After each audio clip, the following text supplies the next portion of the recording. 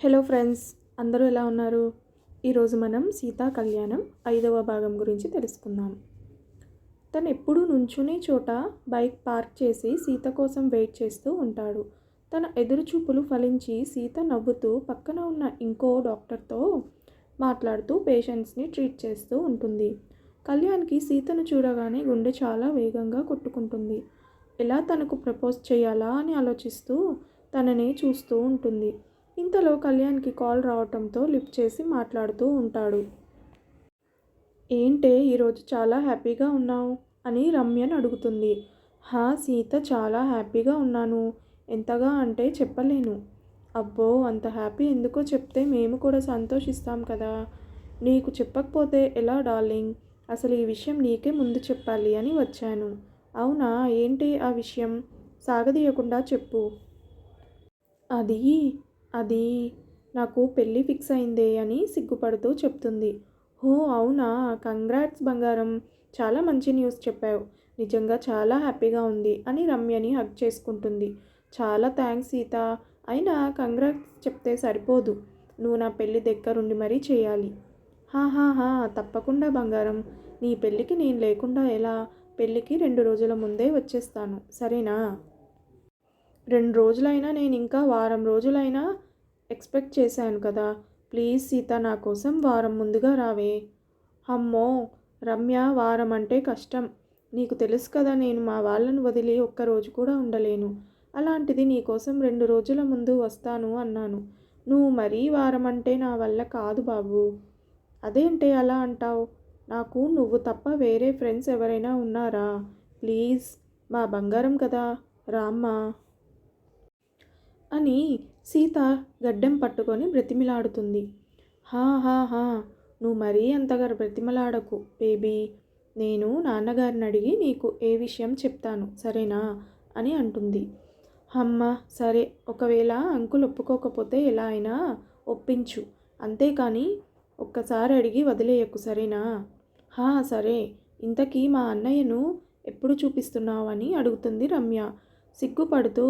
అదిగో అక్కడ బైక్కి ఆనుకొని ఫోన్ మాట్లాడుతున్నాడు కదా, అతనే అని చూపిస్తుంది. ఓహో, ఇక్కడికి కూడా వచ్చారా అని రమ్యను ఆట పట్టిస్తూ అటువైపు చూస్తుంది.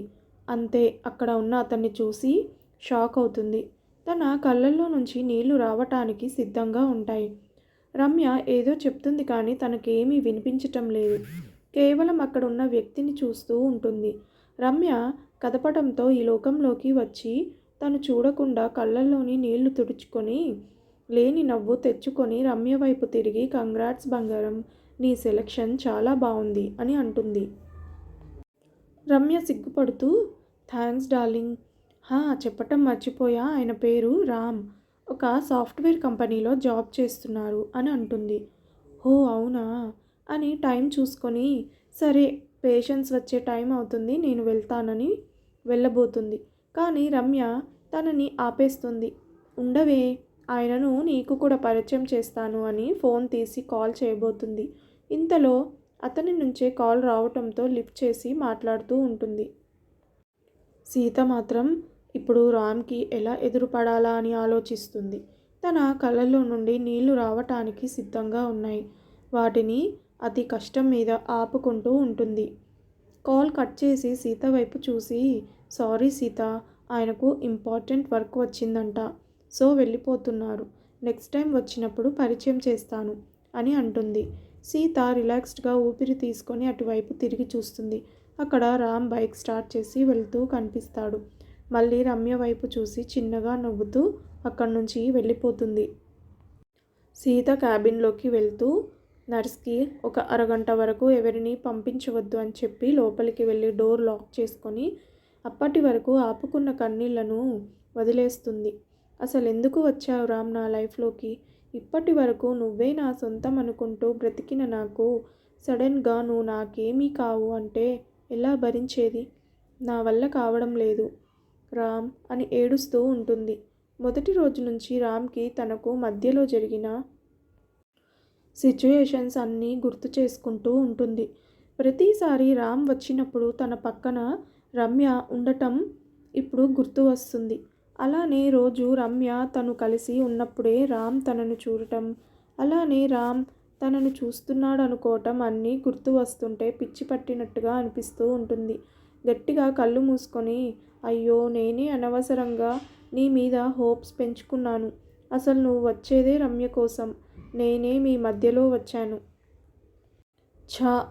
అసలు అలా ఎలా ఆలోచించాను అని తనలో తానే ఏడుస్తూ ఉంటుంది. ఇంతలో నర్స్ డోర్ కొట్టడంతో కళ్ళు తుడుచుకొని ఫేస్ వాష్ చేసుకొని డోర్ ఓపెన్ చేస్తుంది. నర్స్ పేషెంట్స్ వచ్చారు అని చెప్పటంతో సరే పంపించమని చెప్తుంది. అలా మనసు బాగోకపోయినా సరే అలానే పేషెంట్స్ని ట్రీట్ చేస్తూ ఉంటుంది. అలా సాయంత్రం అయిపోతుంది. అసలు ఇంటికి ఎలా వచ్చిందో కూడా తెలియదు కానీ నేరుగా వచ్చి తన రూమ్లోకి వెళ్ళి బెడ్ మీద కూర్చొని ఏడుస్తూ ఉంటుంది. సీత నేరుగా ఇంటికి వచ్చి తన రూమ్లోకి వెళ్ళి బెడ్ మీద కూర్చొని రామ్తో తన పరిచయం తలుచుకుంటూ ఉంటుంది. తన కళ్ళల్లో నుండి ధారగా నీళ్లు వస్తూనే ఉంటాయి. మనస్సు మొత్తం చాలా భారంగా ఉంటుంది. చాలాసేపు అలానే ఏడుస్తూ ఉంటుంది. అలా తనకు తెలియకుండానే నిద్రలోకి జారుకుంది. ఇంతలో ధీరజ్ ఇంటికి వచ్చి తన రూమ్లోకి వెళ్ళి ఫ్రెష్ అయ్యి సీత రూమ్లోకి చూస్తాడు. సీత పడుకొని ఉండటం చూసి మనసులో అక్క ఏంటి ఈ టైంలో పడుకుంది? అసలు సాయంత్రం ఎప్పుడూ పడుకోదు కదా, ఏమై ఉంటుంది అని ఆలోచిస్తూ సీత రూమ్లోకి వెళ్తాడు. సీత మొహం చూడగానే అర్థమవుతుంది తను బాగా ఏడ్చింది అని. అలానే తన చెంపల మీద ఉన్న కన్నీటి దారాలు చూడగానే ధీరజ్కి చాలా కంగారుగా అలానే చాలా బాధగా ఉంటుంది. బెడ్ పక్కన కూర్చొని సీత తల నిమురుతూ మెల్లిగా సీతను లేపుతాడు. ధీరజ్ స్పర్శకు మెలకువ వచ్చి భారంగా కళ్ళు తెరిచి చూస్తుంది. కానీ బాగా ఏడవటం వలన తల మొత్తం భారంగా అనిపిస్తుంది. కానీ ఎలానో ఓపిక చేసి లేచి కూర్చుంటుంది. ధీరజ్ బాధగా ఏమైందక్క, ఎందుకు అలా ఉన్నావు, అసలు నువ్వు ఎందుకు ఏడ్చావని అంటాడు. అయ్యో లేదురా, నేనెందుకు ఏడుస్తాను, అయినా నాకేమవుతుంది, ధీరజ్ ఎందుకు ఇలా బాధపడుతున్నావని ధీరజ్ తల నిమురుతూ అడుగుతుంది. ప్లీజ్ అక్క, నిజం చెప్పు, ఏమైంది, నా దగ్గర కూడా దాచాలా అని చూస్తున్నావా, అంత పరాయివాడినైపోయేనా అని కళ్ళల్లో నీళ్లు తిరుగుతుండగా అడుగుతాడు. ధీరజ్ ప్లీజ్ అలా మాట్లాడుకు, నిజంగా ఏమీ కాలేదు, కొంచెం తలనొప్పిగా అనిపిస్తుంది, అందుకే ఇలా ఉన్నాను, అంతేకాని ఇంకేం లేదు నాన్న అని అంటుంది.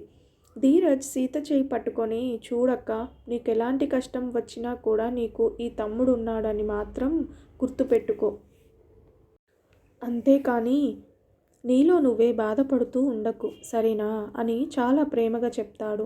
సీత ధీరజ్ క్రాఫ్ట్ చెరుపుతూ, సరే నాన్న, నువ్వు బాధపడకు, నేను చాలా చాలా బాగున్నాను అని చాలా ఆప్యాయంగా చెప్తుంది. సరే అక్క, నువ్వు వెళ్ళి ఫ్రెష్ అయ్యిరా, ఇద్దరం కలిసి అలా బయటకు వెళ్ళి వద్దాం. లేదురా, నేను రాలేను ప్లీజ్ అని అంటుంది.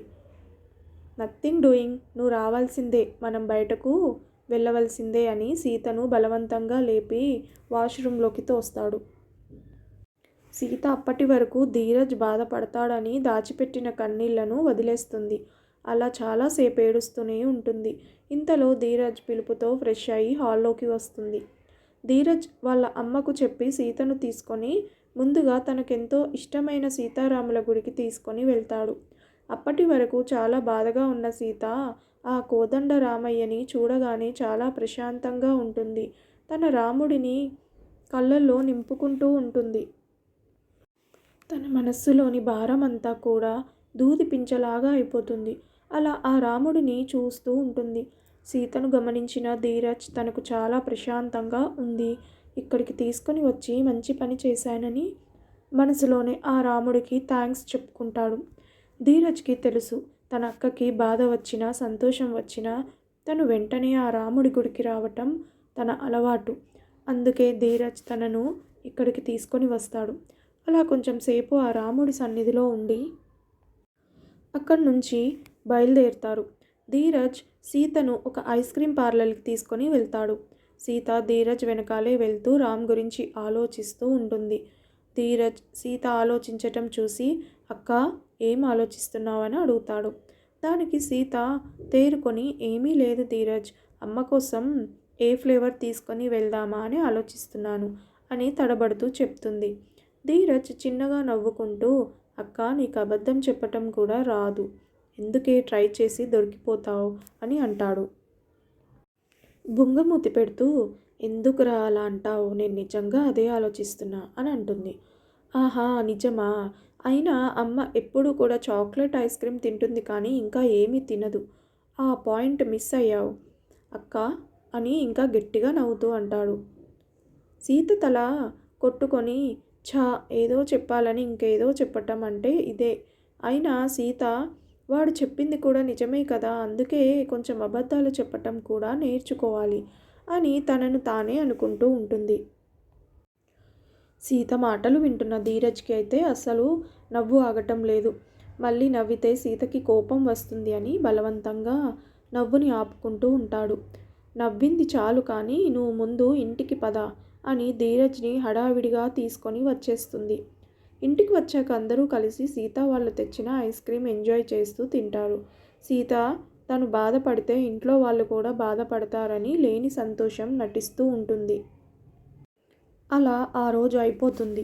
నెక్స్ట్ డే హాస్పిటల్కి రెడీ అవుతూ ఉంటుంది కానీ తనకు రామే గుర్తు వస్తూ ఉంటాడు. కానీ ఆ ఆలోచనలు అన్నీ పక్కన పెట్టేసి మళ్ళీ రెడీ అవ్వటంలో మునిగిపోతుంది. రెడీ అయ్యి హాల్లోకి వచ్చి వాళ్ళమ్మ బలవంతం చేయటం వల్ల ఏదో తిన్నానంటే తిన్నాను అనిపించి హాస్పిటల్కు బయలుదేరుతుంది. వెళ్తుందనే కానీ తన మనస్సు మొత్తం రామ్ గురించే ఆలోచిస్తూ ఉంటుంది.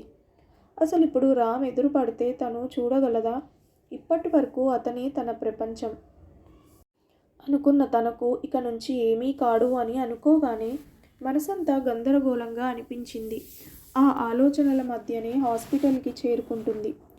అలవాటుగా రామ్ నుంచునే ప్లేస్ చూస్తుంది కానీ అక్కడ ఎవరూ ఉండరు. కళ్ళల్లో నీళ్లు తిరిగాయి. తనను తాను కంట్రోల్ చేసుకుంటూ ముందుకు వెళ్ళిపోతుంది. ఇంతలో తనకు రమ్య నుంచి ఫోన్ రావటంతో లిఫ్ట్ చేసి మాట్లాడుతుంది. రమ్య తన కాబోయే భర్త అంటే రామ్తో కలిసి రామ్ వాళ్ళ నాన్నమ్మ వాళ్ళ ఇంటికి వెళ్తుంది. ఎందుకంటే పెళ్ళికి ముందు రామ్ రమ్య కలిసి అక్కడ ఒక హోమం జరిపించాలని పంతులు గారు చెప్తారు. అందుకే రమ్య ఒక 4 రోజులు హాస్పిటల్కి రాను అని చెప్తుంది. సీత రమ్య చెప్పింది అంతా విని కనీసం ఇలా అయినా నిన్ను చూసుకోవటం కుదరటం లేదు అని మనసులో బాధపడుతూ పైకి నవ్వుతూ సరే రమ్య బాగా ఎంజాయ్ చేయి, ఇక్కడ నేను చూసుకుంటాను అని మాట్లాడేసి పెట్టేస్తుంది. సీత తన క్యాబిన్లోకి వెళ్ళి చైర్లో కూర్చొని తన వెనక్కి వాల్చి కళ్ళు మూసుకొని రామ్ గురించి తలుచుకుంటూ ఉంటుంది. తనకి ఇది తప్పు అని తెలుస్తూనే ఉంది కానీ తన మనస్సు తన ఆధీనంలో లేదు. తన ఆలోచనలన్నీ కూడా రామ్ చుట్టూనే తిరుగుతున్నాయి. తను మొదటిసారిగా రామ్ని చూసిన సంఘటన గుర్తు వస్తుంది. అతని కేరింగ్, ఎదుటి మనిషి మీద అతను చూపించే శ్రద్ధ, అతని ఆలోచన విధానం, అతని మాటలు, అతని చూపులు అన్నీ తన మనసును ఉక్కిరి బిక్కిరి చేస్తున్నాయి. మనసు మొత్తం చాలా భారంగా అవుతుంది. ఇంతలో నర్సు వచ్చి పిలవటంతో ఈ లోకంలోకి వచ్చి కళ్ళు తెరిచి నర్సు వైపు చూస్తుంది. నర్సు లోపలికి వచ్చి సీత ముందు నుంచుంటుంది. ఏంటి శ్యామల ఇలా వచ్చావు, ఎవరైనా పేషెంట్స్ వచ్చారా అని అడుగుతుంది. ఏమీ లేదు మేడం, పేషెంట్స్ కూడా ఈరోజు పెద్దగా రాలేదు. నేనెందుకు వచ్చానంటే ఈరోజు రమ్య మేడం రాను అని చెప్పారట కదా, మీకు తెలుసా లేదా అని అడుగుదామని వచ్చాను అని అంటుంది. సీత హా శ్యామల చెప్పింది, వాళ్ళ హస్బెండ్తో కలిసేదో హోమం జరిపించాలని వెళ్ళారంట అని అంటుంది. నిజంగా రమ్య మేడం చాలా లక్కీ మేడం, ఆ సార్ నిజంగా చాలా మంచి వ్యక్తి అని అంటుంది. నీకెలా తెలుసు శ్యామల అని అడుగుతుంది.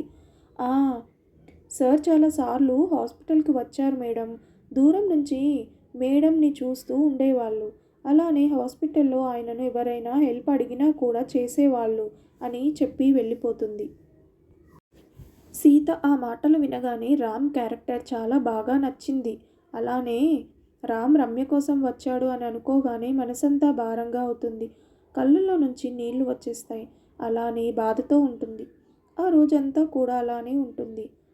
ఆ రోజు నుంచి ఒక 4 రోజుల వరకు రామ్ కూడా కనిపించడు. సీతకు రామ్ రాడు అని తెలిసినా కూడా ఎక్కడో ఒక మూల చిన్న నమ్మకం ఉంటుంది.